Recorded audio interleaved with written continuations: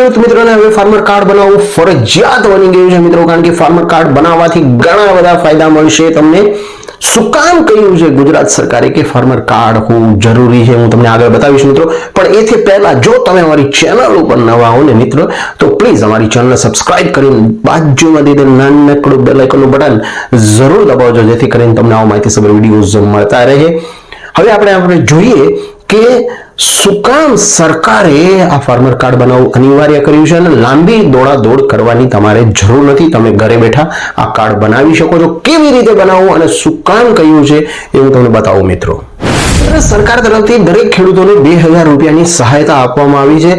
જે લોકો એલિજિબલ છે, એટલે કે જે લોકો ખરેખર ખેડૂત છે, એ લોકોને કેન્દ્ર સરકાર 2000 રૂપિયાની સહાયતા આપે છે, એટલે કે વાર્ષિક 6000 રૂપિયાની સહાયતા આપી રહ્યું છે મિત્રો.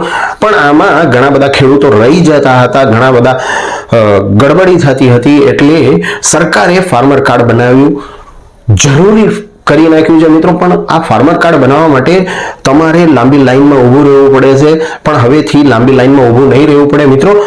જે અત્યારે તમે જે જોઈ રહ્યા છો એ એક એપ્લિકેશન છે. એપ્લિકેશન તમે ડાઉનલોડ કરી લેજો મિત્રો તમારા ફોનમાં, અને ઘરે બેઠા બેઠા તમે એનું રજીસ્ટ્રેશન કરી નાખજો, તમારું ફાર્મર કાર્ડ બની જશે મિત્રો. હવે શું કામ આ ફાર્મર કાર્ડ બને છે મિત્રો? તો 2000 રૂપિયા તમને વ્યવસ્થિત મળે અને ખેડૂતોને મળતા દરેક લાભો, નુકસાન સહાયની વળતર હોય કે પછી ગમે એ લાભો હોય, કેન્દ્ર સરકાર તરફથી મળતા હોય કે ગુજરાત સરકાર તરફથી મળતા હોય, એ વ્યવસ્થિત તમારા સુધી પહોંચે અને તમે ખરેખર એક ખેડૂત છો એવું એક સાબિત થાય, એના માટે આ ફાર્મર કાર્ડ બનાવવું ખરેખર ખૂબ જ જરૂરી થઈ ગયું છે મિત્રો. તમે આ એપ્લિકેશન જોઈ રહ્યા છો, એપ્લિકેશન ડાઉનલોડ કરો.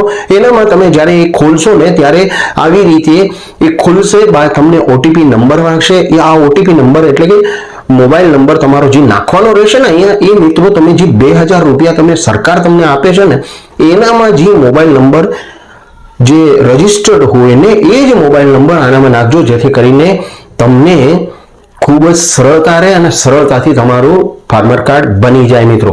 હવે તમે અહીંયા ઓટીપી કાર્ડ નાખશો ને, ઓટીપી નંબર નાખશો એટલે તમને એ આગળની પ્રોસેસ તમને બતાવશે. બસ તમારે ફિલઅપ કરવાનું છે, તમારો 7/12 નું બધું એનામાં વિવરણ માંગશે, એ તમારે ભરવાનું છે અને તમારું ઘરે બેઠા બેઠા ફાર્મર કાર્ડ બની જશે મિત્રો. તો ફરી મળીશું નવી માહિતી સાથે, નવી જાણકારી સાથે, નવા ટોપિક સાથે. ત્યાં સુધી જય શ્રી કૃષ્ણ, ધન્યવાદ, જય હિન્દ.